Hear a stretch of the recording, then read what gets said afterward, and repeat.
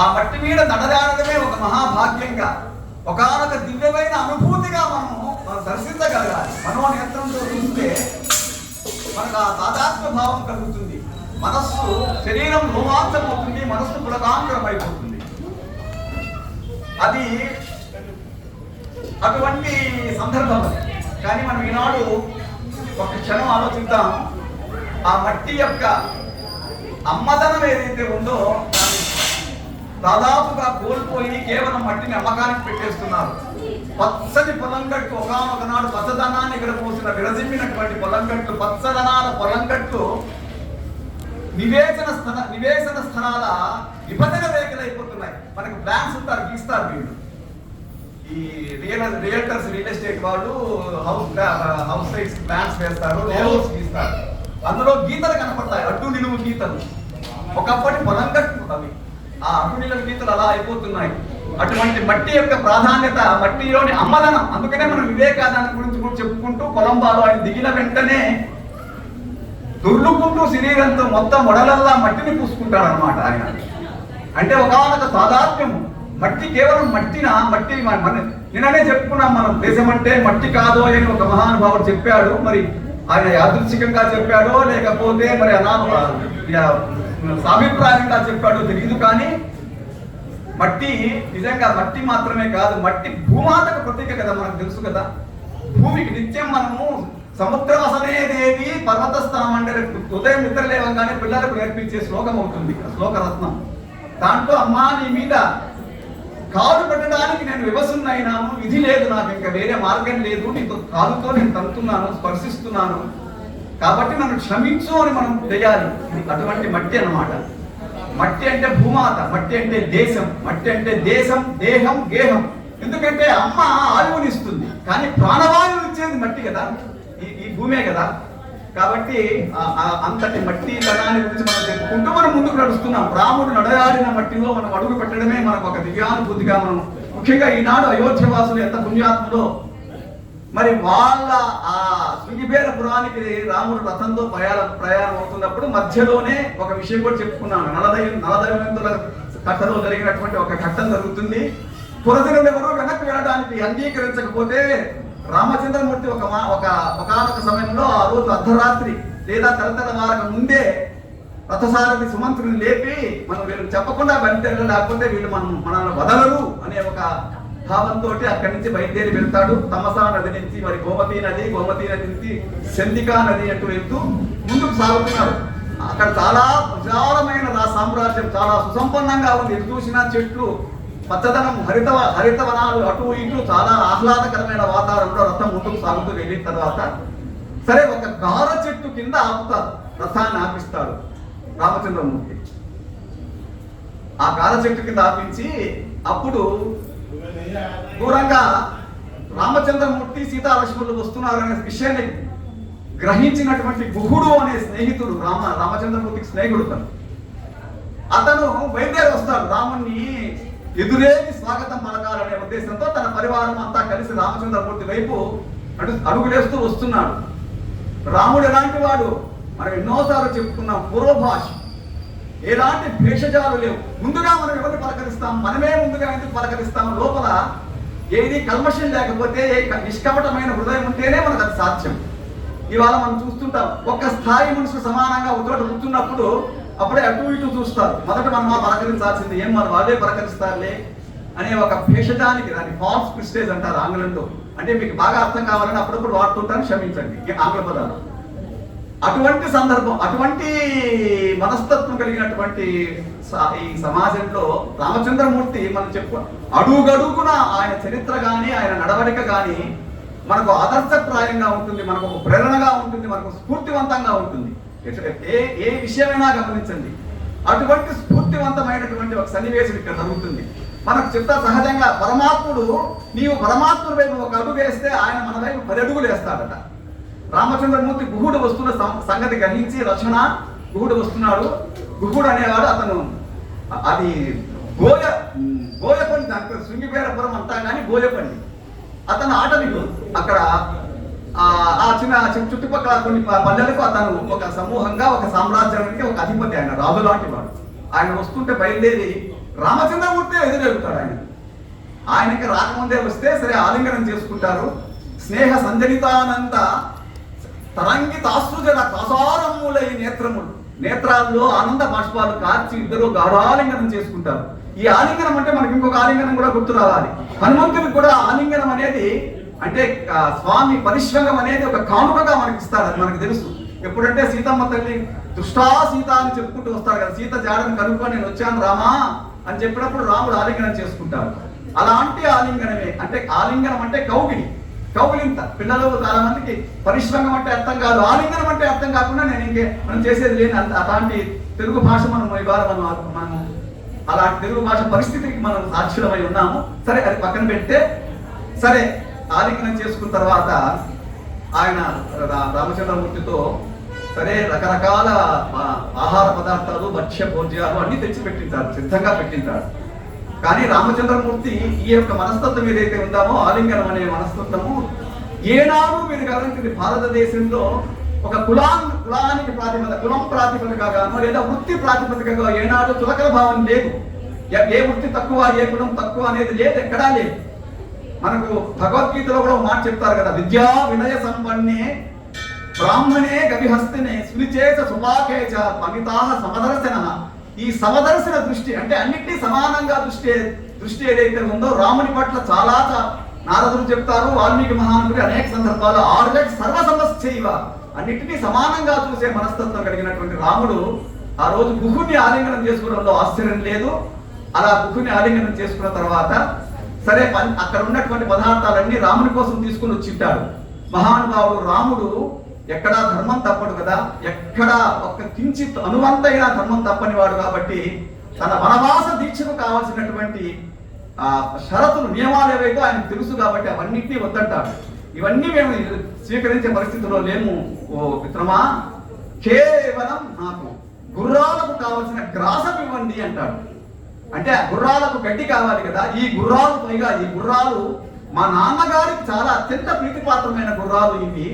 అంటే మనకి ఇక్కడ ఏమర్థం అవుతుందంటే భూతదయ, నితాంతాపార భూతదయ అని చెప్తుంటాం కదా, తాపసమందార మాకు దయచేయగలదే అని. అటువంటి నితాంతాపారమైన భూతదయ రాముడు సాక్షాత్ నారాయణమూర్తే. ఆయన హృదయం ఎప్పుడు ఆ దృష్టితోనే సర్వభూత ప్రహ్లాదుడు అదే అన్యభూతములందు తన సమహితత్వం వరకువాడు అని చెప్పుకుంటున్నాం కదా, ఆ దృష్టితో గుర్రాలకు గ్రాసం మాత్రమే ఇవ్వమంటారు, గుర్రాలకు గడ్డి తీసుకొచ్చి ఇస్తారు. సరే ఆ రోజు రాత్రి అక్కడ బస చేయాల్సి వస్తుంది. ఆ బస చేసే సందర్భంలో సరే భూశయనం అన్నమాట, అంటే భూమి మీద మాత్రమే పరుండాలి, కాకపోతే దర్భలు వేసుకుంటారు, దర్భశయనం అంటారు దాన్ని. లక్ష్మణుడు రాత్రంతా మేలుకొని ఉంటాడు, రాముడు సీత ఒక దర్భాసనం మీద పట్టుకొని ఉంటారు. వాళ్ళు సార్వభౌముని కుమారుడు ఆయన, అప్పటికే రాకుమారుడు. పట్టు పరుపుల మీద పరుండాల్సినటువంటి మహనీయుడు ఇవాళ ఈ కటిక నేల మీద ఆ దర్భల మీద పడుకొని ఉన్నాడు అనేది హృదయం మనకు ద్రవింపజేసే ఒకనొక హృదయ చాలకమైన సన్నివేశం. ఒక్కసారి మనం మనోనత్రంతో చూడగలిగితే ఆ మహానుభావుడు వనవాస దీక్షకు కట్టుబడి ఉన్నాడు కాబట్టి ఏమాత్రం దాన్ని లెక్క చేయకుండా పడుకొని ఉంటాడు. గుహుడు అడుగుతాడు, లక్ష్మణస్వామి నువ్వు ఎందుకు మేలుకున్నావు అని. అప్పుడు ఆయన చెప్తాడు, కథం దాశరథో భూమౌ శయానే. రాముడు శయనిస్తుంటే భూమి మీద ఏ విధంగా నాకు శక్యా నిద్రామయా లబ్ధం, లేదా నాకు సాధ్యమవుతుంది నిద్ర, అది సాధ్యమయ్యే పనేనా అంటే మహానుభావుడు గుహుడు ఆయన సోదర ప్రేమకు చాలా సంతోషిస్తాడు. అక్కడ మరి తెల్లవారుతుంది. సరే రామలక్ష్మణుడు మామూలుగా యథావిధిగా మనం చెప్పుకుంటున్నాం, సంధ్యావందన కార్యక్రమాలు చేసిన తర్వాత రామచంద్రమూర్తి ఆయనకు అనుక్షణము గుర్తుకొస్తుంటుంది ఒకటే ఆయన వనవాసంలో కావాల్సినటువంటి షరతులేవో ఆయన గుర్తుంటాయి. ఇంతవరకు కేవలం సీతారాములు లక్ష్మణుడు నారచీరలు మాత్రమే ధరించి అక్కడ వచ్చినారు. ఇప్పుడు ఇంకోటి కూడా ధరించాలి, అవి జడలు జటాదనాలు. అక్కడ మర్రిపాలు తెమ్మంటాడు గుహునికి. మిత్రమా నాకు మర్రిపాలు తీసుకో, మేము ఇక్కడి నుంచి అసలు జనవాసంలోనే ఉండడానికి లేదు, జనపదాల్లో ఉండడానికి లేదు, ఇక్కడి నుంచి మేము అరణ్యానికి బయలుదేరుతున్నాం కాబట్టి మేము కూడా ఋషుల మాదిరి కనిపించాలి కాబట్టి మర్రిపాలు తీసుకురమ్మని చెప్తారు. మర్రిపాలు తీసుకొచ్చి అది జటలు కడతారట. అంటే అది జటలు ప్రత్యేకంగా ఒక రింగు లాగా కట్టి మరి ధరిస్తారా, లేకపోతే జడల్లోనే మర్రిపాలు చేసి ఆ వెంట్రుకలు జడల మాదిరి అంటే జడలు కట్టించేస్తారా? ఎందుకంటే నిత్యం మనము చేసుకునేటువంటి తైల సంస్కారాలు ఇవన్నీ ఉండవు కదా ఎక్కడ వనవాసంలో. అది రామునికి గుర్తు కాబట్టి ఆయన ఒకటే ఒకటి వారు గుర్తుకొస్తుంటుంది ఎప్పుడు. సప్త వర్షాని దండకారణ్యమాశ్రిత అభిషేక విధం త్యక్త జటాజనధరో వస అని చెప్తారు. కైకేయి చెప్తుంది రామునికి, దశరథ మహారాజు తరఫున ఆయన మాటగా చెప్పని ఆయన మాటగా ఆయన వినిపిస్తుంది. అది గుర్తుంటుంది ఆయనకి, ఎప్పుడూ మారుమోగుతుంటుంది చిత్రం. సో జటాజన దాది కావాలి కాబట్టి మర్రిపాలు తెప్పించుకొని ఇక్కడ ఇంకోటి ఒకటి మంచి ఒక రసార్థమైనటువంటి ఒక భావం మనకి ఇక్కడ మనకు ఒక సన్నివేశం మనకు తటస్థపడుతుంది. అక్కడ మర్రిపాలు తెప్పించిన తర్వాత మరి చాలా మంది గమనించినారో లేదు పండితులు, కానీ నాకెందుకో అది తోచింది అనమాట. అది రాముడు లక్ష్మణశ్చైవ ఆత్మానం రామస్తేనా కరోజ్జటః వాటితో అకరోజ్జటః రాముడు సిద్ధపడ్డాడంట, తనకు జటలు వేసుకున్నాడు, లక్ష్మణుడికి కూడా తాను స్వయంగా జట తయారు చేసి పెట్టాడట. అంటే సోదర ప్రేమ మామూలుగా ఇంతవరకు మనకు సహజంగా తెలిసేది ఏమిటో సేవ రామునికి లక్ష్మణుడు చేస్తుంటాడు. కానీ ఇక్కడ దానికి భిన్నంగా మనకు రాముడు లక్ష్మణుడికి చేసిన సేవ ఇక్కడ కనపడుతుంది. లక్ష్మణుడికి అంటే ఆ సోదర ప్రేమ మనం అనుకుంటాం కదా, చూడాలి పట్టుకోవడము, తల నిమరడము, ఇటువంటి భావాలు, శిరస్సు మీద తల ఉంచడము, ఇవన్నీ వాత్సల్యానికి ప్రతీకలు.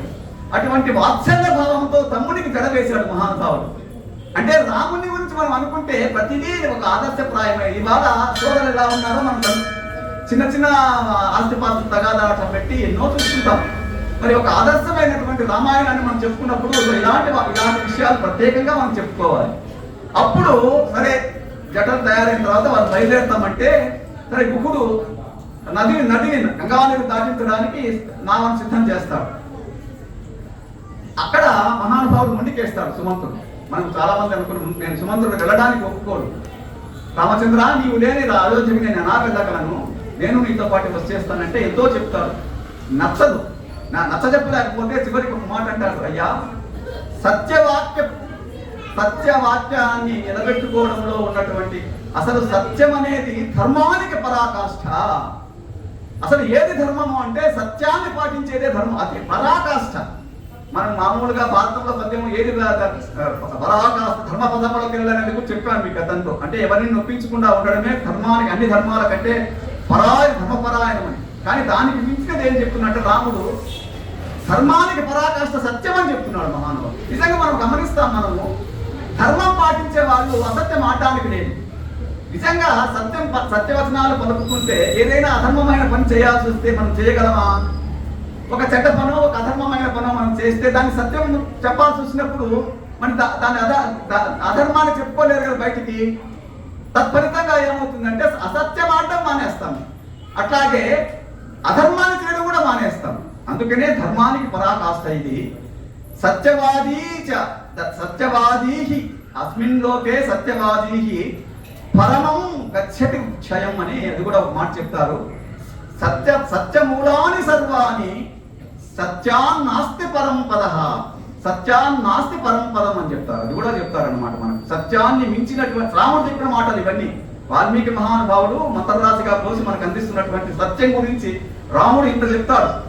ఈ విధంగా సత్యవాక్యం గురించి చెప్తున్నప్పుడు విధి లేదు, నువ్వు వెళ్ళి తీరాలి. పైగా సుమంత్రా నువ్వు ఎందుకు వెళ్ళాల్సి వస్తుందంటే ఒక ప్రత్యేకమైన ఒక నిర్దిష్టమైన ప్రయోజనం ఇక్కడ ఉంది. నీవు కనుక వెళితేనే సత్యవాక్యాన్ని పరిపాలించిన వారు అవుతాము. ఆ విషయము దశరథ మహారాజుకు తెలుస్తుంది కాబట్టి ఆయన పాటించినట్లు అప్పుడు నమ్ముతాడు. నువ్వు ఒక్కడే తిరిగి వెళ్తావు కాబట్టి అయోధ్యకు. అందరూ నువ్వు వెళ్ళకపోతే మరి ఎక్కడున్నారో తెలియదు కదా. కాబట్టి ఈ సత్యవాక్య పరిపాలన జరగాలంటే నువ్వు తప్పకుండా అయోధ్యకు వెళ్ళాలంటే అక్కడ అతను మరి సమాధాన పడతాడు. సముద్రుడు బయలుదేరి వెళ్తాడు అక్కడి నుంచి. అంటే సత్యం గురించి అసలు వేదాహ సత్య ప్రతిష్ఠిత తస్మాత్ సత్యపరోభవ అని కూడా చెప్తారు. అంటే వేదాలే సత్యం నుంచి సత్య ప్రతిష్టానాలు, ప్రతిష్ఠితమైన సత్యాన్ని ప్రతిష్ఠించేవి వేదాలు. వేదాలలో ఉండేదంతా సత్యము అనే మాట ఇక్కడ మనకు. కాబట్టి వేదము సాక్షాత్ రామాయణం అనేది ఒక వేదమే దిగి వచ్చిందంట. రాముడు దిగి రాగానే వేదం దిగి వచ్చిందని చెప్తారనమాట. వేద ప్రాచేతతాది సాక్షాత్ రామాయణాత్మ అని చెప్తారు. అంటే దిగి వచ్చినటువంటి వేదమే రామాయణం మనకు. అటువంటి రామాయణంలో భాగంలో మనం ఇవాళ ఇక్కడ శృంగిబేరపురంలో రామచంద్రమూర్తి గంగానది దాటాలి. ఇప్పుడు ఇంకా గంగానది దాటే నావ సిద్ధం చేస్తారు. నావ సిద్ధం చేసినప్పుడు సరే కావాల్సిన అక్కడ చేయాల్సినటువంటి కార్యక్రమాలు కొన్ని ఉంటాయి. ఆచమనం చేయడము, దానికి సాంగోపాంగంగా ఏది నిర్దిష్టమైనటువంటి ఒక ప్రక్రియ ఉంటుంది. మామూలుగా మన సినిమాలో చూపించినట్టు ఆగు ఆగుదామా, నువ్వు నా పడవ ఎక్కడానికి మొదట నీ కాలు కడుగుతా, నీ కాలి దుమ్ము సోకి రాయి ఆడది అయినాదంట విన్నాం కదా. నా నావ మీద కాలిడితే ఏమవునో తంట, నిలదీసి నువ్వు నిలదీస్తా నిన్ను, అసలు నువ్వు నువ్వు నువ్వు నీ కాలి దుమ్ము సోకి ఇంకా అహల్య రాయింది, రాయి అహల్యగా మారింది కదా, ఇప్పుడు నా నావ ఏమైపోతుందో అనే ఒక మధురమైన భావం రామాయణంలో ఎక్కడ వాల్మీకి ఆ మాట చెప్పలే. ఇక్కడ చేసింది కేవలం వాళ్ళ ఆచమనం మాత్రమే చేస్తాడు. గుహుడు నువ్వు దాటలేక కాదులే రామయ్య తండ్రి, నన్ను దరిచేతగా వచ్చినావు కూడా చెప్పుకుంటామా. ఆయన ప్రతి ఒక్కటి లీలామాంస లీల కదా ఇదంతా. మా మత్స్య భావనలో మత్స్య భూమికలో ఏవేవి భావనలు ఉన్నాయో, ఏవేవి అనుభవాలు ఉంటాయో, ఏవేవి అనుభూతులు ఉన్నాయో అవన్నీ అనుభూతం చేసుకుంటూ వెళ్తుంటాడు రాముడు ముందుకు. అనుభూతం కాకుండా ఎక్కడ మనిషిగానే మనకు కనపడతాడు. అహం మనకు తెలుసు కదా, చాలాసార్లు అనుకున్నాం కేవలం నన్ను మనిషిగానే చూడండి, మానుషం నన్ను కేవలం మనిషిగా చూసుకోండి, దశరథ సుతునిగానే చూడండి అని చెప్తూ ఉంటాడు. కానీ వశిష్ఠుడు కానీ మిగతా వాళ్ళందరూ అతన్ని పరమాత్మగా భావిస్తారు. ఆ పరమాత్మగా భావించే విషయాన్ని మన అందరికీ చెప్పదు. అది అంతర్లీనంగా సాగుతూ వస్తుంది. ఒకవైపు పురుషోత్తముడు, మరోవైపు ఉత్తమ పురుషుడు ఇద్దరు నడుస్తూ ఉంటారు రాముడిలో. రెండు పార్శ్వాలు, ఒకటేమో మంచి పురుషుడు ఉత్తమ పురుషుడు, రెండోది పురుషోత్తముడు. సరే అప్పుడు నదిని నావ ఎక్కించేటప్పుడు లక్ష్మణ జాగ్రత్త అని వదినను తల్లిగా భావిస్తాడు కాబట్టి మాతను ఆమె సహాయంతో, లక్ష్మణుడి సహాయంతో ఆమె పడవెక్కుతుంది. సీతామాత నది మధ్యలో వెళ్తూ వెళ్తూ నదికి పూజ నడుస్తుంది అన్నమాట. అక్కడ మాత గంగామాత మా వనవాసం క్షేమకరంగా జరిగేటట్టు చూడు, వనవాసం బాగా సుసంపన్నం కావాలి అని ఆమె ఎన్నో మొక్కుకుంటుంది. మనం గమనిస్తుంటాం నదిలో నాణాలు వేస్తుంటారు. అలా నాణాలు వేయడం తప్పు, మంచిది కాదు. ఎందుకంటే ఇప్పుడు ఇనుపు నాణాలు ఇవంటిగా విశుద్ధ నిజంగా చెప్పాలంటే ఆ నదిలో పిల్లలు దూకి ఆ నాణాల కోసం ప్రాణాలు కూడా తెగిస్తుంటారు. అది ఒక దృశ్యం, అది మళ్ళీ చెప్తున్నారు. కానీ ఆ విధంగా ఈ నాణాలని అప్పుడు రాగి వేసేవారు. రాగి ఏంటంటే కస్మిరహారి, అది లోపల ఉన్నటువంటి కాలుష్యాన్ని నివారిస్తుంది, కొంతవరకు తగ్గిస్తుంది. కాబట్టి రాగి నాణ్యాలు అటువంటి వేసేవాళ్ళు ఆ రోజుల నదుల్లో. సరే నదిని దాటి ఆవలి గట్టుకు చేరుతారు. అక్కడి నుంచి వారు ప్రయాణమై నిదానంగా, అప్పుడు రథం ఏం లేదు కదా, రథాన్ని వెనక్కి పంపించేస్తాడు, సుమంతుని వెనక్కి పంపించేస్తాడు. అసలు సుమంతుడు దూరంగా వెళ్ళేందుకు చూస్తూ ఉండిపోతాడు. అసలు గుర్రాలు విశ్వనాథ సత్యనారాయణ గారు రామాయణ కల్పక్షంలో గుర్రాలు వెనక్కి రావడానికి మొరాయించినాయని చెప్తారనమాట. అంతేకాదు ఎలా వెనక్కి వెళ్ళాలి, మనకు అక్కడ పొలిమేర నుంచి మనుషులు కూడా లేచి చూసుకొని రాముడు లేడే అని వాళ్ళు చివరికి వాళ్ళ సమాధానం పంచుకొని వాళ్ళు అయోధ్యకు పోయినప్పుడు వాళ్ళ భార్యలు అంటారంట, ఎందుకు వచ్చారు మీరు తిరిగి, రాముడు లేకుండా మీరు ఎందుకు వచ్చారు, ఎందుకు తిరిగి. అసలు రాముడిని చూడని మనిషి, రాముడు చూడని మనిషి అసలు వృథా, వాళ్ళ జీవితమే వృథా. అసలు రాముడు లేని ఈ అయోధ్యలో మనం ఎలా ఉంటామని చాలా ఆర్తనాదాలు చేసేస్తారు వాళ్ళు. అదే విధంగా సుమంతుడు కూడా బయలుదేరి మరి చివరికి వెళ్తాడు. అక్కడ అప్పుడు లక్ష్మణుడు చెప్తాడు, లక్ష్మణ ఇంతవరకు చూడనటువంటి సన్నివేశాలు మనకు ఎదురవుతాయి, ఇప్పుడు మనకు అసలు వనవాసం ప్రారంభమవుతుంది నాయన, చాలా జాగ్రత్తగా ఉండు, ముందు నువ్వు వెళుతూ ఉండు, తర్వాత మీ వదిన సీతమ్మ నడుస్తుంది, దాని వెనక నేను ఉంటాను అనే ఒక పద్ధతి ప్రకారము. అంటే సంరక్షించాలి కదా, పూర్వముగాలు అయితేనే రకరకాలుగా మనం అనుకున్న ప్రమాదాల నుండి వాళ్ళను రక్షించుకుంటూ ముందుకెగుతూ భరద్వాజ ఆశ్రమానికి చేరుతారు. ఎందుకంటే వాళ్ళ యొక్క గమ్యం చివరికి దండకారణ్యానికి తేవడం. దండకారణ్యానికి వెళ్ళి నువ్వు అక్కడ నివసించు అనే మాట వినిపిస్తుంది మనకు కైకేయి నోట. అది రామునికి మారుమోగుతూ ఉంటుంది ఎప్పుడు చెవుల్లో. కాబట్టి భరద్వాజుని దగ్గరికి వెళ్తారు. అక్కడ భరద్వాజ మహాముని వాళ్ళకి ఆతిథ్యం ఇచ్చి కావలసినటువంటి హితోపదేశం చేసి చిత్రకూట పర్వతానికి దారి కూడా చెప్పిన మహానుభావుడు అక్కడ ఆయనే, భరద్వాజుడే. సరే మనం ఇక్కడ నాకు ఇందాక బయలుదేరేటప్పుడు నేను ఇంకా విస్తారంగా చెప్తాను అనుకుంటే దాన్ని కొంత ఎందుకు సంక్షిప్తం చేస్తూ వెళ్తున్నానంటే, నాకు ఇప్పుడే ఒక నిర్దేశం ఇచ్చారు మరి నాగరాజు గారు, మన గుడి కట్టించి మనకు ఒక అమూల్యమైన ఉపాయంగా మనకి కానుకగా మనకి గుడి ఇచ్చాడు కదా. ఆయన చెప్పిన మాట ఏంటంటే, ఇవాళ హనుమత్ జయంతి, హనుమంతుని గురించి చెప్పు స్వామి అని అన్నాడు. సరే, అలాగే నిజంగా కూడా అది మా సందర్భోచితంగా ఉంటుంది. నిజంగా మనం హనుమంతుడి గురించే చెప్పుకోవాలి. కానీ నేను అనేక సార్లు హనుమంతుని గురించి చెప్పాను కాబట్టి నేను రామాయణంలో అంతర్భాగంగా హనుమంతుని చెప్దాం అనుకున్నాను. సరే, ఇవాళ ప్రత్యేకంగా ఇంకా కొంత సమయం అయినా కూడా ఒక 5-10 నిమిషాలు ఎక్కువ తీసుకొని మనకు 7:20కి మరి నేను మైక్ అందజేయాల్సి ఉంటుందని కూడా మరి కొంచెం ఒక 5 నిమిషాలు అట్లా మనం ముందుకు వెళ్తూ కొంత సమయాన్ని మనం తీసుకున్నాము. అయితే హనుమత్ విభూతి అనేది ఒక సముద్రం లాంటి. సాక్షాత్తు ఇప్పుడు మనం ఇక్కడ చూస్తుంటే ఈ దివ్య విగ్రహాన్ని చూస్తుంటే నిజంగా పారవస్యం. అసలు ఎంతో మంది ఫోటోలు పంపిస్తే చాలా మంది చూసి చాలా బాగుంది, ఎంత బాగుందో, దివ్యమంగళ విగ్రహంగా ఉంది హనుమంతుడు. ఆ అర్థ నిమీలితమైన నేత్రాలు కానీ ఆ భంగిమ కానీ చాలా అందంగా ఉంది స్వామి. ఈ హనుమంతుని గురించి ఆయన వైభవము, ఆయన గరిమ, ఆయన మహిమ చెప్పాలంటే అది పెద్ద సముద్రం. దాన్ని దాటాలంటే మరి పెద్ద నావ కావాలి కానీ చిన్న పుట్టి లాంటి, అంటే చిన్న పుట్టి లాభం లేదు. మరి ఒక 20 నిమిషాలు 15 నిమిషాలు సాధ్యమయ్యే పని కాదు, 20 రోజులైనా సాధ్యమైన పని కాదు. కానీ మనకున్నటువంటి సమయ పాలన, మనకున్నటువంటి పరిధిలో సమయం ఎంత ఉంటే ఎంత మిగిలితే అంత మాత్రం చెప్పడానికి ప్రయత్నం చేస్తాను. అయితే మనం అనేక సార్లు చెప్పుకున్నాం గతంలో, చాలా కాలం కింద కూడా ఒక మాట.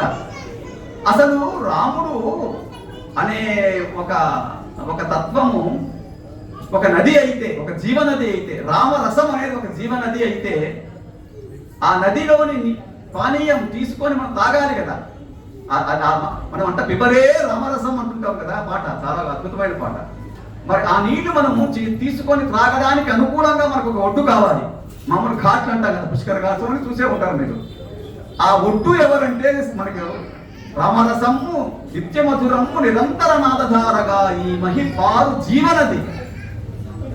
ఆ జీవనదికి ఒక ఒడ్డుగా నిలిచినాడు స్వామి ఆంజనేయ. అంటే ఒక ఒడ్డు అన్నమాట మనకి, రామునికి రామరసానికి మధ్య మనం అది స్వీకరించడానికి. మరి మీరు మామూలుగా గమనించండి, రామ అటన్న మాట ధరాతల మందెవరైనా పలికినన్ రాముని కంటే ముందుగా, రాముని కంటే వేగముగా రాడే మనమ్ముల నిండా మారుతి అని. రామా అంటే అసలు రాముడు హనుమంతుడు ఏకస్థ హృదయం కూడా. ఆయన హృదయంలో రాముడిని హృదయంలో పెట్టుకున్నాడు. అలాగే రాముడు కూడా అదే వాత్సల్య భావంతో మనకి ఎన్నో సందర్భాలు ఉన్నాయన్నమాట. ఆలింగనం అయితేనేమి, మెడలోని హారము సీతమ్మ తల్లి చేతైతేనేమి, ఒక పుత్రునికి ఆ పుత్రవాత్సల్యంతో ఆ హనుమంతుడు చూస్తారు. అటువంటి హనుమంతుడు రామాని మనం అనగానే రాముని కంటే ముందుగా మనకు ఒక విగ్రహం కనపడుతూ ఉంటుంది సహజంగా. ఆ హనుమంతు విగ్రహం ఎలా మనం చెప్పాం, నిన్న మొన్న కూడా ఇప్పుడు అన్నాను, బాష్పవారి పరిపూర్ణ లోచనుడే. రామా అనే మాట కానీ, రామనామం వినపడినా, రామగానం కల్పడినా ఆయన కన్నీటి పర్యంతంగా వచ్చి రామ కథా శ్రవణాన్ని వింటాడు, రామనామాన్ని వింటాడు అని మనకు చాలా ప్రతీతి. అయితే ఇక్కడ మనకి ఎంత వీలవుతుందో ఆలోచించుకుంటూ ముందుకు వెళ్దాం. ఇప్పుడే చెప్పారు కాబట్టి మనకు మీరు తోసినట్టు చెప్పకుండా ఒక పద్ధతి ప్రకారం హనుమంతుడు ఆయనలో మామూలుగా పరాక్రమవంతుడు, వజ్రాంగుడు, ఎంత మామూలు అందరికీ తెలిసిందే. కానీ దానికి అతీతంగా భిన్నంగా ఆయనలో అనేక పార్శ్వాలు కనపడతాయి మనకి. ఒకటేమిటంటే అధివీర భయంకరమైన పరాక్రమం ఒకవైపు, నిరాడంబరమైన సేవాభావం రెండు ఆపోజిట్. నిరాడంబరమైన సేవాభావం ఇంకో వైపు మనకు కనపడుతూ ఉంటుంది. అలాగే వాగ్విదాంబరుడు కదా ఆయన, వాక్ వైశాలదత్వం ఒకవైపు, ఆయన నిశ్చల వితాంత నిర్మల మహానిరంధ్రమై ఉన్నటువంటి ఆ మౌనం కనపడుతుంది. మౌనం, నిశ్చలమైన మౌనం. ఎన్నో సందర్భాల్లో మనకు మౌనం కనపడుతూ ఉంటుంది. సముద్రం కొట్టున కపివీరులందరూ సముద్రాన్ని దాటాల్సిన సందర్భంలో వాళ్ళ శక్తిని వాళ్ళు చెప్పుకుంటుంటారు. నేను ఇంత దూరం కాగలము, 100 యోజనాలు నాకు సాధ్యం కాదు. చివరికి జాంబవంతుడు కూడా ఆయన వృద్ధుడైపోయాడు కూడా, ఆయన కూడా సాధ్యం కాదంటే, అంగదుడు అటుపక్క పోతాను కానీ తిరిగి రాలేదంటే, ఇలాంటి సందర్భంలో మౌనంగానే ఉంటాడు. కానీ అటువంటి ఏమా ధీర గభీర శాంత సుషమా హేడా మహాధీరితులు, ఏమా శాంత అటువంటి శాంత గభీరమైనటువంటి మౌనం ఒకవైపు. రెండు పార్శ్వాలు కనపడుతుంటాయి. ఒకవైపు విదాంబరుడు అది కనపడుతుంది. మౌనం పాటించాల్సిన సందర్భంలో మౌనంగా నిరాడంబరంగా ఉండిపోయినటువంటి సందర్భాలు మనకు కనపడతాయి. పరాక్రమం ఒకవైపు, సేవాభావం బంటుగనం ఒకవైపు కనపడుతుంది. మరోవైపు భయంకరమైన అరివీరులను కూడా వేటాడి చంపేటువంటి ఒక శక్తి కనపడుతుంటుంది. ఒకవైపు వజ్రాంగము, మరోవైపు నవనీతమైన హృదయం. ఆయనకు ఒక అద్భుతమైనటువంటి ఉంది. ఆయన శరీరం కానీ ఆయన దంష్టలు కానీ చాలా కఠినమంట, కానీ హృదయం నీ దంష్టలు నీ నఖములు నీ దుర్దండములురువు నీ ఉరువులు ఆ దంభోని పోలును నాదాత్మ నీ మనస్సు నవనీతమో పిడుగు. మనకు దంభోని అంటే వజ్రాయుధం లాంటి శరీరం అయింది. ఆయన నఖాలు కానీ ఆయన గోళ్ళు కానీ ఆయన కండలు కానీ ఆయన బాహువులు ఊరువులు ఇవన్నీ వజ్రాయుధం లాగా ఉంటాయి. అంత అంత శక్తివంతమైనవి, అంత దృఢమైనవి ఆయన బాహువులు కానీ ఆయన భుజస్కంధాలు కానీ. అయితే ఆయన హృదయం మాత్రం నవనీతమైన హృదయం. అది ఎన్నో సందర్భాలు ఉంటుంది. మనకు సమయం లేదు కాబట్టి ఆ సందర్భాలన్నిటినీ నేను వివరిస్తూ పోలేను. సరే, కొంతవరకు మనం చెప్పుకున్నాం. ఆయనలో ఇన్ని విభిన్నమైనటువంటి పార్శ్యాలు మనకు కనపడుతుంటాయి. ఒకవైపు విద్యా వివేక సంపన్నుడు అతడు, జిహ్వాగ్రంలోనే విద్యలన్నీ ఉన్నాయన్నమాట. పార్వతీదేవికి ప్రతేదిదే ప్రాక్తన జన్మ విద్యా అంటారన్నమాట. పూర్వజన్మ విద్యలన్నీ ఆయన తపస్సు మరి సతీని సాధించిన తర్వాత, తను సాధించిన తర్వాత హిమాలయాల్లో హిమవంతుని పుత్రిగా పుట్టి తపస్సు చేస్తున్న సందర్భంలో ఆమెకు గత జన్మ విద్యలన్నీ అవంతకలే వచ్చి ఆమె చేరుకున్నాయని మరి కాళిదాసు చెప్తారు. అలాగా జరిగిందో ఏమో అన్నట్టుగా మహానుభావుడు సామాన్యమైన విద్యను ఆయన అభ్యసించింది. అది దాని సంగతి మనం చెప్తాం. ఒక్కటి సరే, ఇప్పుడు ప్రధానంగా రెండు విషయాలు నేను చెప్పి మరి దాని విద్యకు వద్దాం. రెండు విషయాలు నాకు స్ఫురిస్తున్నాయి. మొట్టమొదటి, ఈ హనుమంతుని యొక్క తత్వాన్ని గురించి ధ్రువపత్రాలు సర్టిఫికెట్స్ ఇచ్చిన వాళ్ళు ఇద్దరు ఉన్నారు. ముఖ్యంగా మనకు రామాయణంలో కనపడతారు. ఒకడు సాక్షాత్తు రామచంద్రమూర్తి, రెండవడు జాంబవంతుడు. సరే, రామచంద్రుడు ఏమన్నాడు ఆయన మీద అంటే, మొట్టమొదటి కలయిక ఉంది. చాలా సురుచిరమైన సుందర దృశ్యం అది. తెల్లని వస్త్రములు మనసు తెల్పడి వాగ్విభవము నవ్వురాజిల్లేడి మోముతో ఆయన పంపా సరోవరంలో రామ లక్ష్మణుడు సీతమ్మ తల్లిని వెతుక్కుంటూ వస్తారు. సీతాపహరణ అయిపోయిన తర్వాత పంపా సరస్సుకు కనపడుతుంటారు. వచ్చినప్పుడు హనుమంతుడు అక్కడికి వస్తాడు. ఎందుకంటే సుగ్రీవుడు పంపిస్తాడు. అసలు వాళ్ళు ఎవరో శత్రువుడేమో చూసిరా, నన్ను చంపడానికి ఏమన్నా వారే పంపించాడేమో అని చెప్పినప్పుడు ఆయన దగ్గరికి బ్రాహ్మణ రూపంలో ఒక భిక్షువు రూపంలో వస్తాడు మహానుభావుడు.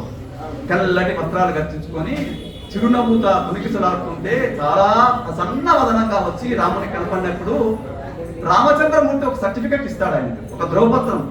ఆయన మాటలన్నీ మాట్లాడతాడు. ఏమని చెప్తాడు? ఒక స్నేహాన్ని కలపాలి, ఒక స్నేహ బంధాన్ని కలపాలి మహానుభావుడు. సుగ్రీవునికి రామునికి స్నేహ బంధాన్ని ఏర్పరిస్తే కానీ అక్కడ వారధి నిర్మాణం జరగదు. రామునికి మూక సైన్యం అవసరం, వానర సైన్యం. అది అవసరమా లేదా మళ్ళీ చెప్పుకుందాం. నిజంగా కూడా ఆ సేన కావాలంటే దానికి సుగ్రీవునితో మైత్రి కావాలి. అందుకని కొన్ని విషయాలు చెప్తాడు ఆయన మహానుభావుడు. అప్పుడు ఆ మాటలు విని రామచంద్రమూర్తి ఇచ్చిన సర్టిఫికెట్ ఏంటంటే, తడబడలేదు భావముల తత్తరపాటను మాట లేదు, తడబడలేదు. ఆయన మాట ఎక్కడా తడబడలేదు అనమాట. హనుమంతుని మాట తడబడలేదు, భావమున తత్తరపాటను మాట లేదు. ఈతడు శృతిసార నిర్భరిత తత్వ సమగ్ర విసారగందు చొప్పటు పదబంధములు సలుపు.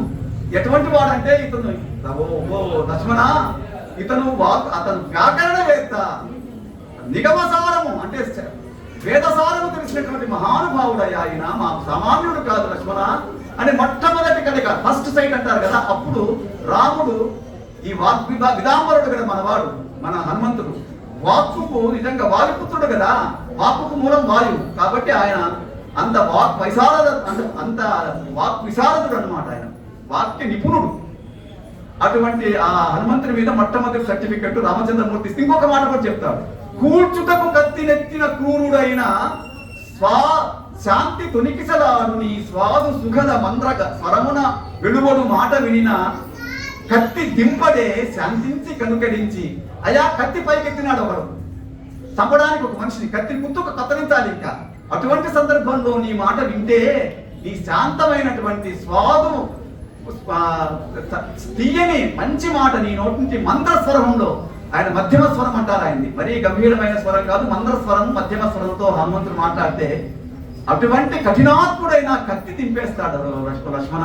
అటువంటి వాక్కు ఏంది అప్పుడే చెప్తాడు. అది కూడా ఆ సందర్భంలోనే వాల్మీకి మహానుభావుడు ఈయన గురించి చెప్తాడు. ఆ మహానుభావుడు మనం చాలా మంది మనం కేవలం పరాక్రమశాలి వజ్రాంగుడే మనకు అర్థమవుతుంది, కానీ ఈ కోణం మనకు అర్థం కావాలి. ఈ హనుమంతుడిలోటి ఈ విభూతి అనేది ఆ వాక్కుకు అంత ప్రాధాన్యత ఇచ్చినటువంటి మహనీయుడు. చాలా సందర్భాల్లో ఏది మాట్లాడాలో ఏది మాట్లాడకూడదో ఎలా మాట్లాడాలో, సీతమ్మ దగ్గర ఏ భాషలో మాట్లాడాలి రాముని గురించి, అతనా ఉండేది చిన్న పిల్లి ప్రమాణమైనటువంటి కోతి రూపంలో చెట్టుకి కూర్చున్నాడు, అమ్మను గమనిస్తున్నాడు. సాక్షాత్తు అమ్మ పడే కష్టాలకు, ఆ కన్నీటికి, ఆ బాధకు, అంతకంటే ముఖ్యంగా ఆమె పాతివ్రత ధర్మానికి, ఆమె పతివ్రత ధర్మానికి లోకానికి సాక్ష్యం ఎక్కడుంది అంటే ఇదిగో ఒక మహానుభావుడు, అతనే మనకు హనుమంతమూర్తి. ఆయన తప్ప ఎవరూ చూడలేదు కదా, సముద్రాన్ని దాటి వెళ్ళిన మహానుభావుడు ఆయన. ఆమె సీత పాతివ్రత్యానికి నానా కారుకూతలు కూస్తాడు రావణాసురుడు, విపరీతంగా బాధ పెడతాడు. అటువంటి సందర్భంలో అసలు రావణుని తోడ లంకను పీక్కొని రాగలిగినటువంటి శక్తి సామర్థ్యం ఉన్నాడు అంటాడు కూడా. రావణుని తోడ లంకను పీక్కొని పోగలిగిన శక్తి నాకుంది. అయినా కూడా ఆయన పాపం సాదా సీదాగా చాలా ఆ గుబురులో నక్కి కూర్చుంటాడే తప్ప బయటపడ్డాడు. అప్పుడు కూడా ఎందుకు బయటపడంటే ఆ తల్లి పడే వేదన ప్రత్యక్ష సాక్షి. వాడి కారుకూతలు అమ్మ భరిస్తూ ఉంటుంది. వాడి తులప్రాణాయంగా అంటే గడ్డి పరకగా భావించి, అందుకే సీతమ్మ రావణుతో మాట్లాడేటప్పుడు మధ్యలో గడ్డి పరక వేస్తుందని మనకు అందరికీ తెలిసిన విషయమే. తృణప్రాయంగా భావించి ఆయన మాట్లాడే మాటలకు ఆయన విచలితులైపోతాడు. ఎంత సౌశీల్యవతి మహాతల్లి, అందుక రాముడు ఆ రోజు దుఃఖిస్తాడు.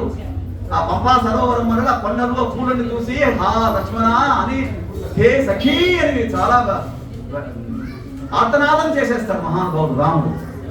ఆ రోజు విచిత్రంగా కనపడినా ఇప్పుడు నాకు అర్థమవుతుంది, రామచంద్ర ఇటువంటి సౌశీల్యమూర్తి గురించి ఆయన బాధపడింది. అటువంటి వాడు ఈ ఎవరు మన ఎక్కడ అటువంటి తల్లికి ఏం చెప్పాలి, అప్పుడు ఎలా చెప్పాలి, నేను వచ్చినానని వచ్చేస్తే వీడు రావణాసురుడి యొక్క బంటో ఏమో, రావణాసురుడు మాయాదేవిగా వచ్చి నన్ను ఏమన్నా మోసం చేస్తున్నాడు ఏమో అనుకుంటాడు కదా. సడన్ గా ఒక కోతిపిల్ల అక్కడ ప్రత్యక్షమైతే అందుకు ఎలా ప్రారంభం చేయాలి రామకథ అని మంచి ప్రాకృతమైన భాషలో ఎలా హృదయానికి తాకేలాగా ఎవరికి ఎలా చెప్పాలో చెప్పినటువంటి అనుకున్నాం కదా మనం. భాష ఎక్కడ ఏది మాట్లాడానో అక్కడ ఆ సందర్భంలో నేను డైవర్ట్ అయి వస్తున్నాను, మళ్ళీ కథలోకి వెళ్తున్నాం మనం. అక్కడ ఎటువంటి భాష చెప్పాలి? సీతమ్మ తల్లి చిరకుహీత వసన నిరసన అతి దీనంగా ఉంటుంది. ఒకే చీరత ఆమె 11 నెలల కాలం అట్లాగే భయంకరమైనటువంటి నిరాహార దీక్షకు శోక సముద్రము, శోకమే దేవతగా ఉన్నటువంటి శోక దేవత అయిపోయింటున్నాము. అటువంటి సీతమ్మకు ఏం చేస్తారు, 2 సందర్భాల్లో చాలా మంచి మాటలు శుభవార్త చేరుస్తారు. మొట్టమొదటి శుభవార్త, అమ్మా రాముడు వస్తున్నాడు నీకోసం అని చెప్తాడు ఇక్కడ దిగి. అసలు ఆమె ఇటువంటి దయనీయ స్థితిలో ఒక్కసారి మనం మనోనేత్రంతో దర్శిస్తాం. ఎక్కడ సముద్రాలు దాటి వచ్చాడు, ఎక్కడ లంక, ఎక్కడ ఈ అశోకవనం, రామచంద్రమూర్తి రావాలి, అసలు వారు జీవించి ఉన్నారా, ఇక్కడికి రాగలరా, ఎప్పుడు వస్తారు, ఇది సాధ్యమా అనే ఒక నిరాశాభావంతో నేల కొరిగిన ఊపిరి పూడతీగ, ఒక పూడతీగ ఊపిరిగా ఉండి నేలకు పడిపోతే అది నేలకు కూలిపోయే, అది ఇంకా ప్రాణావశిష్టంగా కేవలం తీగ కూడా వాడిపోయిన సందర్భంలో ఆ వాడిపోయినటువంటి ఆ తీగను చిగురింపజేసినటువంటి గొప్ప వాక్కు మన హనుమస్వామి వాక్కు. అటువంటి ఆమె దగ్గర రామరసాన్ని వినిపించి రేపు నిట్టూర్పు సకల ఉద్వేగములకు ఎండిపోయిన సీతమ్మ గుండె జరిగి నీ మధురవాణి పొలకరి నీరదమ్ము ప్రాణములు పోసే వర్షించి రామరసము అనే వర్షాన్ని కురిపించి ఆమె గుండె అనే నది ఎండిపోయింది. ఎందుకు? చాలా ఆమె విరహాగ్నిలో పరితపిస్తున్నటువంటి మహా తల్లి ఆ రోజు, ఆ భీమ తల్లి. అటువంటి బాధపడుతున్నటువంటి ఆ తల్లికి రామరసాన్ని వర్షించి ప్రాణములు పోసినటువంటి మహనీయుడు ఆయన వాక్కు. అందుకు ఎలా వాక్కు ఎక్కడ ఏం పలకాలనో తెలుసు. అంతేకాదు సుమా, తిరిగి వచ్చిన తర్వాత ఆమె పడిన బాధను గుండెలో నింపుకొని వచ్చి ఇప్పుడు దింపినావు రాముని దగ్గరికి వచ్చి మొత్తం దాన్ని యథాతథంగా రాముని పాదాలకు విన్నవిస్తాడు. రామచంద్ర, సీతమ్మ తల్లి పరిస్థితి ఇదిగో ఇలా ఉంది రామా అని చెప్తే రాముని కళ్ళన్న కట్టినట్టు, అంటే ఆమె పట్ల ఉన్నటువంటి ప్రేమ ఏదైతే ఉందో ఇద్దరు ఏకస్థ హృదయులు కదా, పాదుకొని పోయేటట్టుగా రాముని దగ్గర కూడా భాషిస్తాడు మన హనుమంత స్వామి. అటువంటి వాగ్విదాంబరుడు ఆయన. అదే విధంగా మౌనం ఎక్కడ అవసరమో అంత మౌనం. నేనేం చెప్తున్నాను, ఎక్కడ ప్రారంభించానంటే 2 ధ్రువపత్రాలు ఇస్తారు, 2 సర్టిఫికెట్లు ఇస్తున్నారు. నేను ఆర్గనైజర్గా ఎందుకు చెప్పలేదంటే నాకు ఇప్పుడే చెప్పారు నాగరాజు గారు, మీరు హనుమంత స్వామి కూడా చెప్పండి. 2 సర్టిఫికెట్లు ఇస్తారు మనకి. ఒకటేమో రామచంద్రమూర్తి ఇచ్చినటువంటి సర్టిఫికెట్, సాక్షాత్తు రాముడు ఇచ్చిన దానికంటే ధ్రువపత్రాలు ఉన్నాయా, అందుకే సాక్షాత్తు ఆ మహానుభావుడు వింటున్నాడు అనే ధ్యాసతో అనే స్పృహతోనే నేను చెప్తున్నాను, మీరు వింటున్నారు. ఇది మొదటిది. ఏది ఆయన హనుమంతుడి గురించి మనకు సాక్షాత్తు రామచంద్రమూర్తే చెప్తాడు. రెండవ వాడు జాంబవంతుడు. జాంబవంతుడు ఒకానొక ఘట్టంలో యుద్ధకాండలో ఇంద్రజిత్తు శస్త్రాస్త్రాలకు కకావికలైపోతారు.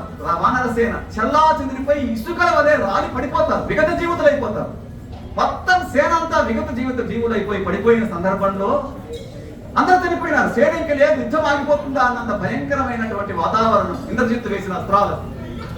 2 సార్లు మనకు సంజీవని కావాల్సి వస్తే 2 సార్లు పోతారు. ఇప్పుడు మొదటిసారి అందరూ పడిపోతే కొంతమంది కాగడాలు తీసుకుని ఆ రోజుల్లో అక్కడక్కడ ఎవరు బతుకున్నారు ఎవరు లేరు కొంతమంది వానర వీళ్ళు వెతుకుతున్న సందర్భంలో జాంబవంతుడు ఒక మాట చెప్తాడు.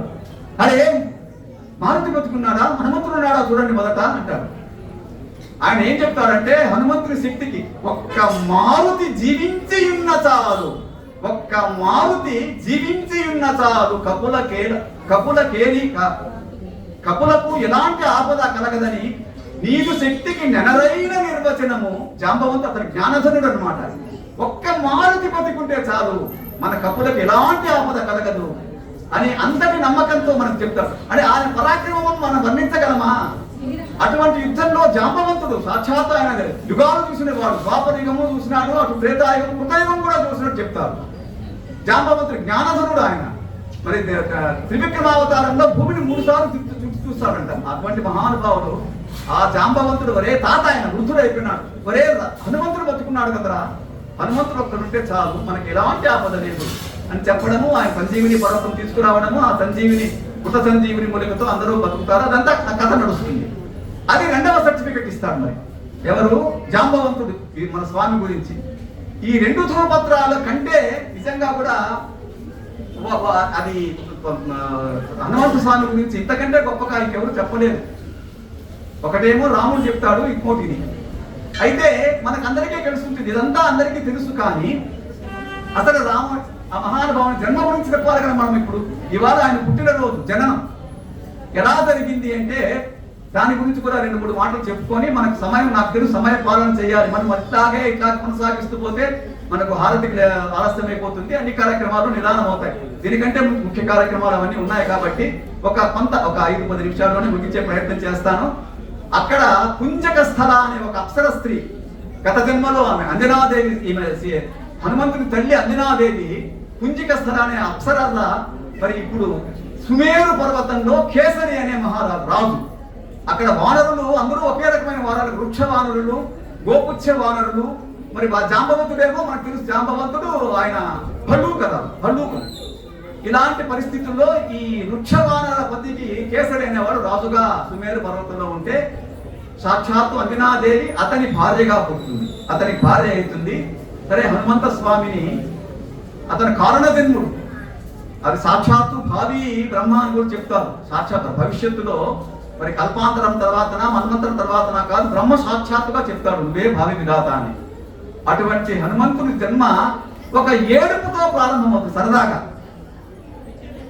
ఒక ఏడుపుతో, అది రోదనముతో మొదలెడి రోదసి కగపాక నీదు రోషము అని రోదనముతో మొదలవుతుంది ఆయన జన్మ వృత్తాంతము. ఒక ఏడుపుతో, చిరుగొంతుకొకటి ఇదిగో గిరిశఖరము మారుమోగ కెవ్వున నేర్చు శరవణమున సర్వ షణ్ముఖుడో హరిషడ్వర్గము బాపు హరిహరసుతుడో శరదిందు ప్రభను నెల్లట పలగిను గిరిపైన హరియో బ్రహ్మయో హరుడో. హరిహరాత్మకమైనటువంటి స్వరూపమా ఇతను, ఎవరు ఇతను అని అనుకునేటట్టుగా హరుడా లేకపోతే నారాయణుడా, బ్రహ్మ సాక్షాత్ బ్రహ్మ. ఎందుకంటే చిరుగొంతు కెవ్వున ఏడిస్తే గిరిశిఖరాలన్నీ మారుమోగిపోతాయా? మనం ఆలోచిద్దాం. కారణ జన్ముడు కదా ఆయన, కామరూపుడు అవుతాడు బ్రహ్మవరాల వల్ల. కారణ జన్ముడు కాబట్టి చిన్న పిల్లోడు కేక వేస్తే మొత్తం సుమేరు పర్వతంతా మారుమోగిపోతుంది. నిజానికి ఆ ఏడుపు ఆగి చెప్పండి, మనం అనుకున్నాము ఏడుపు కాదు గాడుపది, ఏ సమరానికి శంఖమో. సమరం చేయబోతున్న త్వరలోనే రాహు మీద దండెత్తబోతుంటాడు నేను మహానుభావుడు. అటువంటి సమరానికి ఏడుపు కాదు గాడుపది, ఏ సమరానికి శంఖమో గిరిన్ ఏడుపు వినపడిన ఏ శృతిసారన పునీత నామమో ఏడుపు కాదు ఇంద్రుడు సహింపకజాలని సింహనాదమో. పీడనకారి రాహువు పీడనకారి రాఘవును పీఠమడంచగ రేపు క్రోధము. ఇది ఏడుపు కాదయ్యా, ఇది ఒక క్రోధము. రాహు అనే ఒక పీడనకారి రాబోతున్నాడు. చంద్రుని అప్పుడు గ్రహణ సమయం అన్నమాట, అది చంద్రోపరాగ సమయం. అది అటువంటి సమయంలో ఏం జరిగిందో మనకందరికీ తెలుసు. జగద్వితమైన విషయమే మీ ముందు ఉంచుతున్నాను నేను. అది గ్రహణం రోజు ఆ మహానుభావుడు ఉన్నట్టుండి చెవున ఏడవడము. అమ్మ లేదు అక్కడ. ఎవరైనా పురిటి శిశుగా వదిలేసి వెళ్ళిపోతారా? ఇది కాదు, ఒక లీల అన్నమాట. ఎవరైనా పురిటి పసికందును ఖాతరు చేయకుండా ఆడ వనాలకి ఆమె పుష్ప సంచయం కోసం, అంటే పూలు పీకురావడానికి వనానికి వెళ్తుంది. మహానుభావుడు కెవ్వున కేక వేసి అదాటున ఒక్క ఊపున ఆకాశానికి ఎగిరిపోతాడు. మనకు తెలుసు ఎందుకు ఎగురుతాడు అంటే ఒక రెండు మధురమైన భావాలు. ఆ గగనమ్మె తీయని ఫలామృతమీయగ నిన్ను జీరెనో భాగవతోత్తముండవై పలుకుటకై. భవిష్యత్తులో నువ్వు భాగవతోత్తములు కావాలి, ఆ మాధురులు పలకాలి అని గగనమే స్వామిని పిలిచిందా ఈ పిల్లోని. ఆకాశం పైకి పిలిచి రావయ్యా, నీకు మంచి పండు ఇస్తాము, ఈ పండు తింటే నీ గాత్రం మధురాతి మధురంగా ఉంటుంది అన్న తలంపుతో గగనం పైకి పిలిచిందా? లేదా ఇంకోటి జరిగిండొచ్చు. 10 గంట చెలున పడెనో రశ్మి భానుని పిలుపై. ఒక భానుడే మనం చెప్పుకుంటాం కదా. ఈయన చదువుకున్న చదువు ఏంటంటే సూర్యుడు అనే ఒక పాఠశాలలో చదువుకున్నాడు అనమాట. అరుదైన అపురూపమైనటువంటి విద్య అభ్యసించిన వాడు మహానుభావుడు. ఆయన ఎలా చదువుకున్నాడంటే, సరే మనం ఇదంతా కథ తెలుసు కాబట్టి మీకు నేను దాని నుంచి డైవర్ట్ కావాల్సిన పని లేదు, కానీ పక్కకి వెళ్తున్నాను అనుకోవద్దు. సరే, ఆయన ఆకాశంలోకి ఎగురుతాడు. రాహును మరి సూర్యుని చూసి ఫలమని భావించి వెళ్తాడు, పండు అనుకొని వెళ్తున్నాడు. కానీ నిజానంగా ఆయనకు తెలియదా, బాలార్క సన్నిపుండవు బాలుడవే ఫలమటంచు భావించగా నీ బాలార్పు పైన లాలస నీ లీలా వికసనమున నెపము మహాత్మ. నీ లీలలో ఒక భాగం మాత్రమే, ఆయనకు తెలియదా. బాలార్క చిన్న బాలభానుడిలా కంటే దివ్యమైనటువంటి తేజస్సుతో ప్రకాశిస్తున్నటువంటి మహానుడు. ఆయనకు నిజంగా తెలియదా అది సూర్యుడు పండు కాదని తెలుసు, కానీ ఆయన లీలా వికసనంలో అది ఒక నెపము, ఒక తెలిసెను నీదు లీల దివి దేవతలను మురిపించుకేల ఆకలి అది ఒక చిత్రకీల. రవికాంతిని పండని తలుచుటంతయు సలలిత భావ నిర్భర రసస్ఫురణం అది భ్రాంతి కాదు. తత్ఫలితము నీకు తక్కిన అపార యశో విభవము మారుతి. ఆయనకు సామాన్యమైన కీర్తి లభించిందా? ఆ సూర్యుని పండుని భావించినందువల్లే కదా ఆయన ఆకాశానికి ఎగరగలిగినాడు, తన ప్రతాపం చూపగలిగినాడు. ఆయనకు దక్కిన యశస్సు అనేది సాటిలేని యశస్సు, అంటే కీర్తి సంపాదించుకున్నాడు మహానుభావుడు. పుట్టిన కొన్ని రోజులకే ఇటువంటి గొప్ప కీర్తి సంపాదించినటువంటి మహనీయుడు అనమాట మన హనుమంత స్వామి. అటువంటి స్వామి మనకు తెలుసు. రాహువును కూడా పీడిస్తాడు, దెబ్బ కొట్టాడు. రాహు సరే మరి ఇంద్రుని పోయి మొరపెట్టుకుంటే ఇంద్రుడు ఐరావతం ఎక్కి వస్తాడు. సరే వజ్రాయుధం దెబ్బ కొడతాడు, అదంతా జరుగుతుంది. ఆయన మూర్చిపోతాడు. మరి వాయుదేవుడు అడిగి గాలిని స్తంభింపజేస్తాడు. మరి దేవతలంతా దిగి వచ్చి ఆయనకు అందరూ వరాలు ఇస్తాడు. దినకర వర సంఘటిత ఘనతర తేజము నీది. దినకరుడే ఆయనలోని శక్తి. సూర్యుడు సాక్షాత్తు తనలోని తేజస్సులో కొంత భాగం ఆయనకు ధారపోస్తాడు. అలాగే వరుణుడు అస్త్రాలు ఇస్తాడు. ప్రతి ఒక్కరూ ఇంద్రుడు ఇస్తాడు.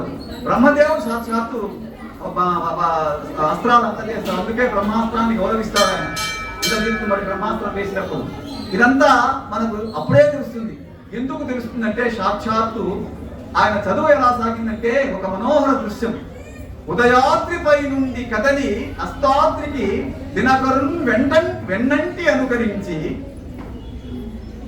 భాషించి ప్రశ్నించి భాస్కరున్ మెప్పించి శాస్త్రాధ్యయనములు సల్పినావు. అయ్యా, నువ్వు ఉదయం నుంచి సూర్యుడు ఉదయాద్రిపై బయలుదేరి ఇలా వెళ్ళి ఉదయాద్రి నుంచి ఆకాశంలో పైకి వెళ్ళి అస్తాద్రికి పడమటికి చేరుకొని పడమటిలో అస్తమిస్తాడు. అంతసేపు సూర్యుని అనుసరిస్తూ పోతాడంట ఆకాశంలో.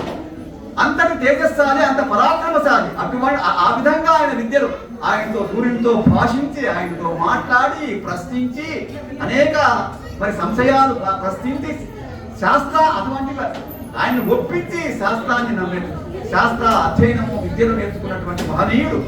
సూర్యుడు అనే గుడిలోనే పాఠాలు నేర్చుకున్నటువంటి మహనీయుడు. సంగీత శాస్త్ర కోవిదుడు ఆయన. అసలు గానము చేతువా కరువు కంఠశిలలు. మహనీయుడు, మహానుభావుడు. ఆయన గానం చేస్తే మనకు తెలుసు. శిలలు కరిగిపోతాయి, కఠిన శిలలు కూడా కరిగిపోతాయి అంటారు. మరి ఇందాకనే రామరసాన్ని కురిపించాడు కదా అమ్మ దగ్గర, గానం చేసి రామాయణాన్ని సీతమ్మ తల్లికి మరొకసారి జీవం పోస్తాడు. అటువంటి మహానుభావుడు ఇవాళ జన్మించినటువంటి ఆ బాల్యం గురించి 4 మాటలు. ఆ బాల్యం నిజంగా మనం రాముని బాల్యం చెప్పుకున్నాం కదా, అలాగే మరి మనకు ఎక్కడ దాటొస్తుంది ఇప్పుడే ఈ సందర్భంలో చెప్పుకుందాము. ఆయన బాల్యం ఎలా సాగించిందో ఏమో మరి. లీలా విలోద మొసగక పాలాక్షిని పోలు పారుని నిన్ను చరాంచలముల పట్టిన ఎలావతులెంత రహివహించినో హనుమా. అయ్యా ఆనాడు ఎంత ధరించినారో, అమ్మ అంజనాదేవి నిన్ను హత్తుకుంది, నీకు గోరు ముద్దలు పెట్టింది. ఆ వానర స్త్రీలు ఎవరైతే నీకు లాలను పోశారో, ఎవరైతే గోరు ముద్దలు తినిపించారో, నిన్ను చేలాంచలముల నేను చీర కొంగులో పట్టుకున్నారో వారిది ఎంత భాగ్యమయ్యా, వారిదే భాగ్యం. అంతెందుకు ఈయనతో పాటు ఆడుకున్నటువంటి ఆ వానర స్నేహితులు ఎవరైతే ఉన్నారో ఎటువంటివి చేసింటాడు ఆయన. ఆగడముల ఆట పట్టనగా చెరగా, ఆగడముల కాట పట్టనగా చెరగా ఎట్టి పలుగాకి పనులు చేపట్టినావో ఆ సుమేరువు సంచలితాబ్ది కాగా, ఆ సుమేరు పర్వతము చెలించిపోయినటువంటి ఆ సముద్రం అయిపోయిందట. అంటే ఆయన చేసిన ఎన్ని ఆగడాలు చేశారు మనకు తెలుసు. ఆ ఆగడాల వల్లనే మునుల ఆశ్రమాల దగ్గర దూరి మరి శృవాలను ధ్వంసం చేయడం కానీ, మరి భాండాలను ఇవన్నీ చేస్తాడు, వారు శాపం ఇస్తాడు. నిజానికి శాపం కాదని, అది కేవలం ఒక లోక ప్రయోజనం కోసము. ఎందుకు శాపం కాదని మనం అనుకుంటామంటే, వారు ఇచ్చిన శాపం ఏంటంటే నీ శక్తి గుర్తుకుండకుండా పోవుగా కానీ అది అందుకనే రామాయణంలో వారిని చంపగలిగినటువంటి శక్తి ఉండి కూడా ఎప్పుడు సుగ్రీవుని ఆయన పరిగెత్తిపోతుంటే ఆయన వెంట వెళ్తాడే కానీ ఏనాడు వారిని ఎదుర్కొనడు. ఎందుకంటే దానికి ఒక ప్రయోజనం ఉంది. ఎందుకు సాక్షాత్తు రాముడే రావాలి, రాముడు వారిని చెప్తే కానీ సుగ్రీవునికి రామునికి స్నేహబంధం నెలకొనదు. ఈ దృష్టితో మరి మనకు ఆయనకి శక్తి ఉన్నా కూడా మరి ఆ రోజు అనుకుంటాడు మహనీయుడు. ఈ అటువంటి విద్యలు వృత్తి వార్తిక విద్యాలన్నీ గంచి ధారణ చేసేటువంటి మహనీయుడు అటువంటి హనుమంత స్వామి. అటువంటి హనుమత్ జయంతి రోజు మనం హనుమంతుడి గురించి మనం నిజంగా మనము ఆలోచిస్తే ఎన్నో మనకు ఆ మహానుభవం నుంచి నేర్చుకోవాల్సిన పాఠాలు అనేకాలు ఉన్నాయి. మౌనము నీ స్వభావము సమర్థ మనీష ప్రతీకవై చిరధ్యాన సమాధిలోన పరమాత్మ సమాగమ సిద్ధి నుందువో. ఆయన మౌనమే ఆయన స్వభావం. నిజంగా కూడా ఎప్పుడు అవసరమైతే అప్పుడే మాట్లాడతాడు, ఎప్పుడు పరాక్రమం కూడా అప్పుడే చూపిస్తాడు. ఆయన బంటులాగా ప్రవర్తిస్తాడు. రాముణ్ణి రామలక్ష్మణుని భుజాల మీద మోసుకుంటూ పోతాడు. హనుమంత వాహనం అని ఇప్పటికే మనం వింటాం. సాక్షాత్ మనకు శ్రీరామ వెంకటేశ్వరుడు వెంకటరాముడు ఆయన కూడా హనుమంత వాహనం అని ఇప్పటికీ మోస్తున్నాడు. ఒకవైపు బంటులాగా ప్రవర్తించే గుణం ఆయనలో ఉంది. తర్వాత అధివీర భయంకరమైనటువంటి పరాక్రమం, సామాన్యమైన పరాక్రమమా అది. శతయోజనాల విస్తీర్ణమైనటువంటి లంకను సముద్రాన్ని అవలీలగా దాటి నిజంగా ఆయన వెదగలకపోతే అసలు ఏమయ్యేది రామాయణం? సీతమ్మ జాడ ఎవరు కనుక్కునేవారు? ఈ రామాయణం అసలు వాల్మీకి ఇప్పుడు మనం వింటున్నటువంటి రామాయణం ఉండేదా అనే మనకు ఒకనొక ఆలోచన రాక తప్పదు. అందుకనే మహనీయుడు ఒక సందర్భంలో ఆయనలో ఉన్నటువంటి ఆర్తి కేవలం ఇప్పుడు మనం ఇన్ని మాటలు చెప్పుకున్నాం. మనం అన్ని డైకాటమీ అంటే ఒక పారాడాక్సికల్ గా కనపడేటువంటి అంటే రచనలు ఆయనలో పరాక్రమం ఒకవైపు, సేవాభావం ఒకవైపు, వాక్కు విశారదత్వం ఒకవైపు, మరోవైపు ఏమో మౌనంగా ఉండడము, ఇవన్నీ చూస్తున్నాం. ఒకవైపు దృఢకాయము, ఒకవైపు నవనీతమైనటువంటి హృదయం, ఒకవైపు అకృత్రిమ భావుకత్వం. ఆయనలో భావుకత మహానుభావంలో అకృత్రిమం అంటే న్యాచురల్ గా సహజంగా ఉంటుందన్నమాట. సహజమైన భావుకత. ఆ సీతమ్మ తల్లి కన్నీటి ఫలితం అవుతున్నప్పుడు శింసుపా వృక్షం మీద అటువంటి పరాక్రమశాలి, అటువంటి ప్రమిదలో ఒదిగినటువంటి ప్రళయాగ్నిలాగా అంటే ఒక ప్రళయంలో అగ్ని భయంకరంగా జాజ్వల్యమానంగా ఉంటుంది కదా, కానీ చిన్న ప్రమిదలో అంతటి ప్రళయాగ్ని ఉన్నట్టుగా ఆ చెట్టు మీద కూర్చుని అమ్మను చూస్తాడు. సీతమ్మ తల్లి చూసినప్పుడు కన్నీటి ఫలితం అయిపోతాడు కదా. అటువంటి భావుకత అంటే ఆయన హృదయంలో నుంచి ఆ శోకం పొంగుకొచ్చిందనమాట. అంత సహజమైనటువంటి భావుకత్వము సహజంగా, కన్నీరంత సహజంగా అని చెప్తారు మామూలుగా కవులు. కన్నీరంత సహజంగా ఆయన భావుకత్వం ఉంది. అటువంటి మహనీయుడు ఈ రోజు పుట్టాడు. హనుమత్ జయంతిని రకరకాలుగా మరి 2 రోజులు చెప్పుకుంటారంటారు. ఇవాళ వైశాఖ బహుళ దశమి రోజు అంటారు. మరి తెలంగాణలో చాలా మంది చైత్రమాసంలో కూడా అప్పుడే చేసేసినారు కొంతమంది. మరి ఏది ఏమైనప్పటికీ ఈ 4 మాటలైనా కూడా మనం ఇవాళ హనుమత్ జయంతి రోజు రామాయణ భాగంలో రామాయణ శ్రవణంలో రామాయణ పారాయణాన్ని, రామాయణ శ్రవణాన్ని మనం ఒక కైంకర్యంగా తీసుకుంటున్న సందర్భంలో దాంట్లో భాగంగా హనుమత్ స్వామి గురించి, హనుమత్ వైభవం గురించి, హనుమత్ గరిమ గురించి మనం చెప్పుకోవడం అనేది మనము మన జన్మను తరింప చేసుకున్నట్టు. అటు విన్న మీరు 4 మాటలు నాతో పలికించినటువంటి పలికినది భాగవతం అంట, పలికించడు వాడు రామభద్రుండట.